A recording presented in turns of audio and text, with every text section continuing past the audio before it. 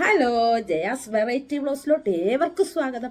ഇന്നത്തെ വിശേഷങ്ങൾ എന്ന് പറഞ്ഞു കഴിഞ്ഞാൽ ശരിക്കും പറഞ്ഞാൽ എന്തായിരുന്നു, ഞാൻ ഇന്ന് കുറച്ച് കടയിലൊക്കെ പോയി. അപ്പോൾ അവിടെ ചെന്നപ്പോൾ ഒരു ഭയങ്കര ഒരു എന്താ പറയണ്ടേ, ഒരു പൊട്ടത്തരം എന്ന് പറഞ്ഞു കഴിഞ്ഞാൽ ഒരു വളുപ്പുണ്ടായി, അതൊക്കെ പറയുന്നുണ്ട്. പിന്നെ നമ്മുടെ പുളിശ്ശേരിയെ മൂന്നായിട്ട് ഡിവൈഡ് ചെയ്യാം. പുളിശ്ശേരിക്ക് പര്യായപദം 3 ഉണ്ട് കേട്ടോ. അതെന്താന്നൊക്കെ നിങ്ങൾ നോക്കി കണ്ടുപിടിക്കുക. അതിനെ 3ആയിട്ട് ഡിവൈഡ് ചെയ്ത് 3 സ്റ്റൈലിൽ വെക്കാം കേട്ടോ.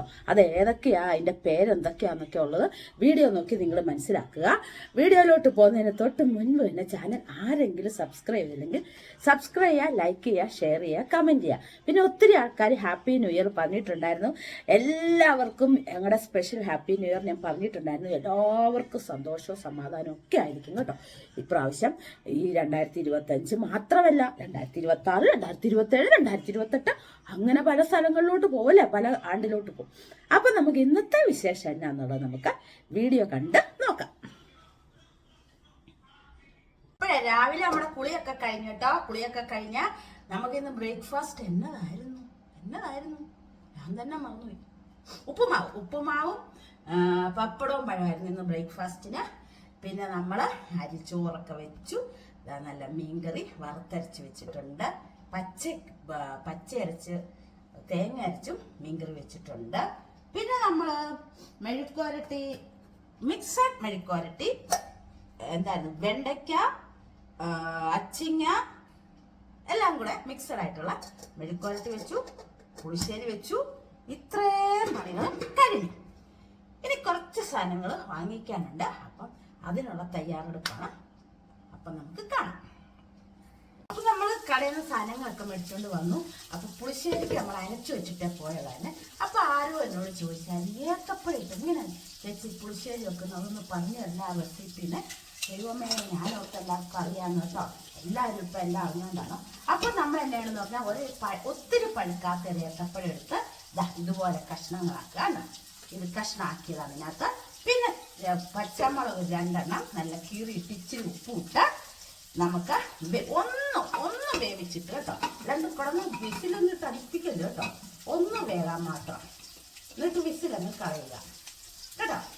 ഇല്ലെങ്കിൽ ബഹാരായപ്പോൾ ഒത്തിരി നേരം കാണിക്കില്ല. പെട്ടെന്നൊന്ന് വേവിക്കുക, പെട്ടെന്ന് വിസിലങ്ങ് കളയുക. വെന്തിട്ട് നമുക്ക് കാണാം. ഞാനിപ്പോൾ വന്നിട്ടാണ് മീൻ വറക്കാനിട്ടത്. ചന്തുവിന് ഇളയാക്കി അവധിയല്ലേ, മന്നഞ്ചേന്തിയാണ്.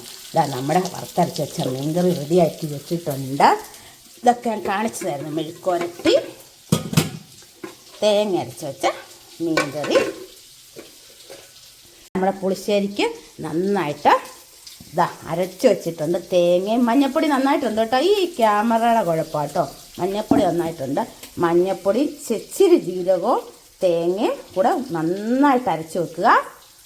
അപ്പം നമ്മൾ ഏത്തപ്പഴത്തിനെ ഒന്ന് വേവിച്ച് തുറന്നു. അധികം ഉടയാതെ ഒക്കെ അങ്ങനെ ഇരിപ്പുണ്ട് കേട്ടോ. ഇങ്ങനെ ഇരിക്കണം കേട്ടോ.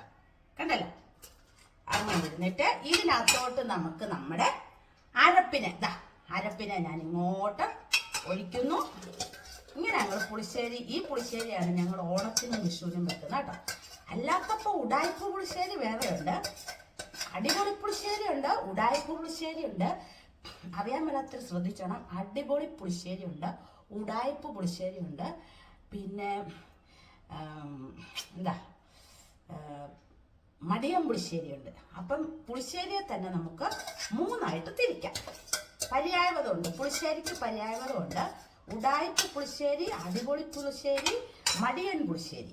ഈ 3 സാധനമായിട്ട് നമുക്ക് പുളിശ്ശേരിയെ തിരിക്കാം.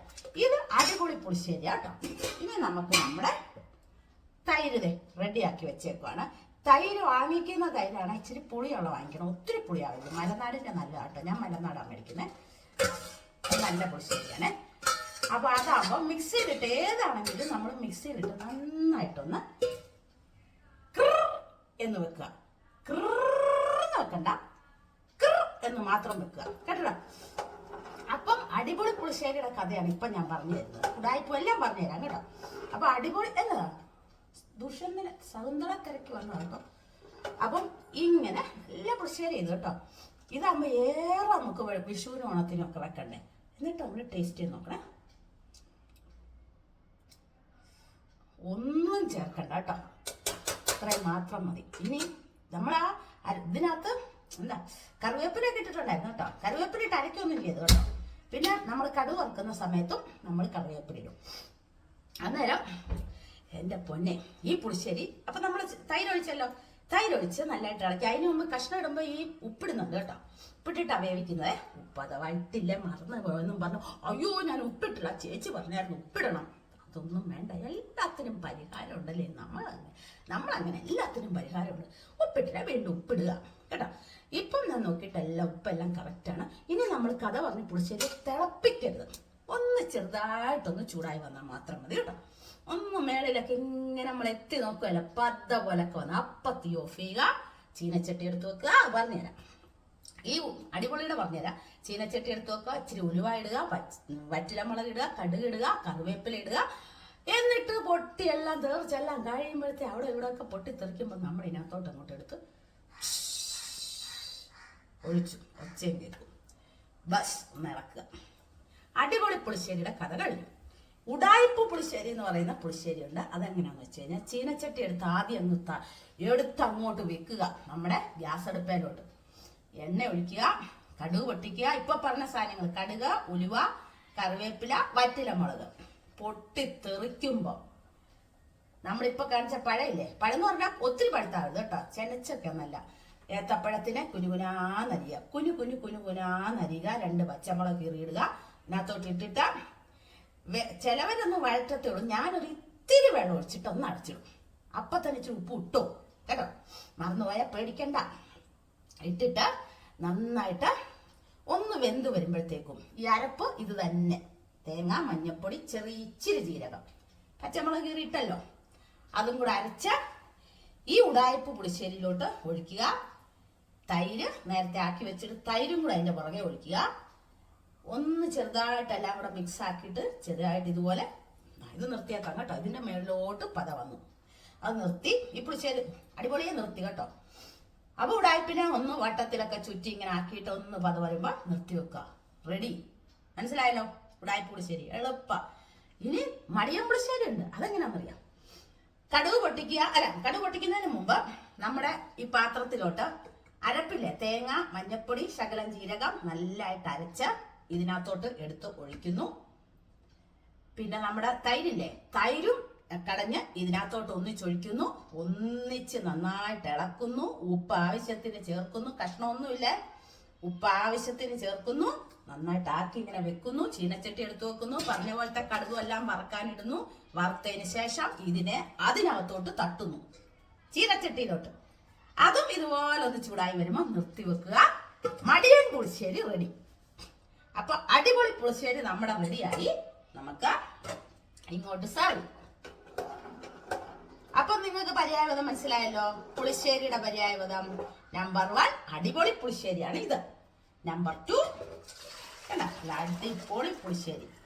ഇതും വറുത്തരച്ച മീൻകറിയുടെ ചാറും കൂടെ ഒന്നിച്ചങ്ങോട്ട് ഒഴിക്കണം എന്ന് നമ്മുടെ അമ്മ പറയും. ഞാൻ അങ്ങനെ ചെയ്യാറില്ല, മിക്കവർക്കും ഇഷ്ടമാണ്. അങ്ങനെ ഒഴിച്ചങ്ങോട്ട് കഴിക്കുവാണെങ്കിൽ എൻ്റെ പൊന്നെ ഒരു രക്ഷയില്ലെന്നാ പറയുന്നത്.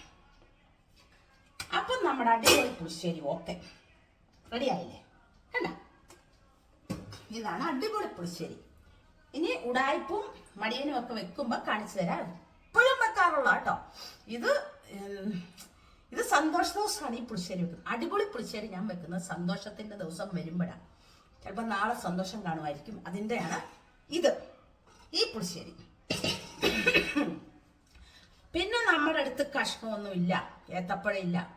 പിന്നെ ഒരു കാര്യമുണ്ട്, നിങ്ങളോട് ഒരു കാര്യം കൂടെ പറയാം. ഈ ഏത്തപ്പഴ പുളിശ്ശേരിക്ക് പകരം വെള്ളരിക്ക ഏത്തപ്പഴത്തിന്റെ സ്ഥാനത്തിട്ട് വെക്കാം, കുമ്പളങ്ങ ഇതിന്റെ സ്ഥാനത്തിട്ട് വെക്കാം. അതെല്ലാം അടിപൊളി പുളിശ്ശേരി തന്നെ കേട്ടോ. അപ്പൊ ഏത്തപ്പഴം ചെറിയ ഊറേര് മധുരം, പുളി എല്ലാം കൂടെ വെക്കാം. നല്ല ടേസ്റ്റാ. പിന്നെ നമുക്ക് ഈ കഷ്ണങ്ങളൊക്കെ എല്ലാ വീട്ടിലും എപ്പോഴും ഒന്നും കാണത്തില്ല. എൻ്റെ വീട്ടിലും എല്ലാപ്പോഴും ഒന്നും ഏത്തപ്പഴം വെള്ളരിക്കായ ഒന്നും കാണത്തില്ല. അങ്ങനെയാണ് നമ്മുടെ ആ മടിയൻ പുളിശ്ശേരി വെച്ചാൽ മതി കേട്ടോ. അത് നല്ല ടേസ്റ്റാണ്, ഇതേ ടേസ്റ്റ് തന്നെയാണ്. അപ്പൊ നമുക്കിതെല്ലാം ഇനി ഒന്ന് കഴുകിക്കൊണ്ട് വരട്ടെ, എന്നിട്ട് ബാക്കി കാര്യം നോക്കാം. സാധനം മേടിച്ചുകൊണ്ട് വന്ന കൂട്ടത്തിൽ രാത്രിയിലത്തേക്ക് ഇന്ന് രാത്രി കപ്പ ഉണ്ടാക്കാമെന്ന് വിചാരിച്ച് കപ്പ മേടിച്ചു കേട്ടോ. ആ കവലെ തന്നെ ഞാൻ കാണിച്ചു തന്നില്ലായിരുന്നു നാളെ കപ്പക്കാരൻ എന്ന് പറയാനൊന്നുമില്ല, എൻ്റെ മോൻ്റെ പ്രായമുള്ളൂ കേട്ടോ കപ്പക്ക. അപ്പം ഞാൻ മേടിച്ചുകൊണ്ട് വന്ന സമയത്തെ നമ്മുടെ കൂടെ കുറച്ച് സാധനങ്ങളുണ്ടായിരുന്നേ. നമ്മുടെ കൂടിൻ്റെ കവറുതാ ഇങ്ങനെ പൊട്ടിപ്പോയെന്നെ. അപ്പം ഞാൻ നോക്കിയപ്പോൾ കപ്പക്കാരൻ്റെ നിന്ന് കപ്പ മേടിച്ചപ്പോൾ ഞാൻ ഈ കൂടിന് എന്നായെന്നറിയാവോ? എന്നിട്ട് ഞാൻ കഥ പറഞ്ഞില്ലല്ലോ, കൂട് കവർ പൊട്ടിപ്പോയേ. അപ്പം പാവം നമ്മുടെ അവിടുത്തെ കടക്കാരൻ അനിയില്ലേ, ഞാനൊന്ന് പരിചയപ്പെടുത്തില്ല നിങ്ങളെ. പുള്ളിക്കാരൻ എനിക്ക് വണ്ടിയെ അവിടെ കൊണ്ട് വെച്ച് തന്നായിരുന്നു. ചേട്ടൻ വേറെ സ്ഥലത്ത് പോയായിരുന്നു, അതുകൊണ്ടാണ് ചേട്ടൻ പോവാഞ്ഞത്.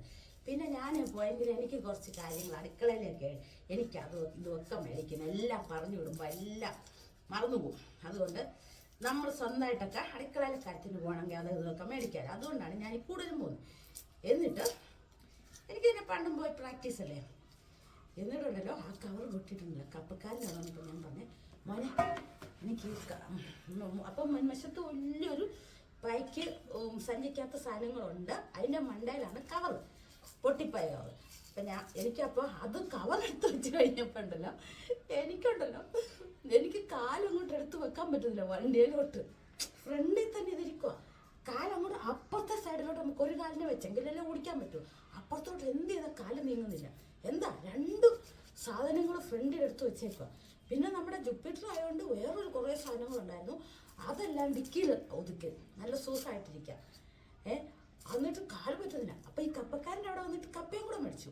നമ്മൾ മോനെ എനിക്ക് ഒരു 1.5 കിലോ തന്നെ ഇവിടെ കൂടുതലാണ്. ഇന്ന് ഫ്രിഡ്ജിൽ നിന്ന് എടുത്ത് കുറച്ച് നാളത്തെ കപ്പ എടുത്ത്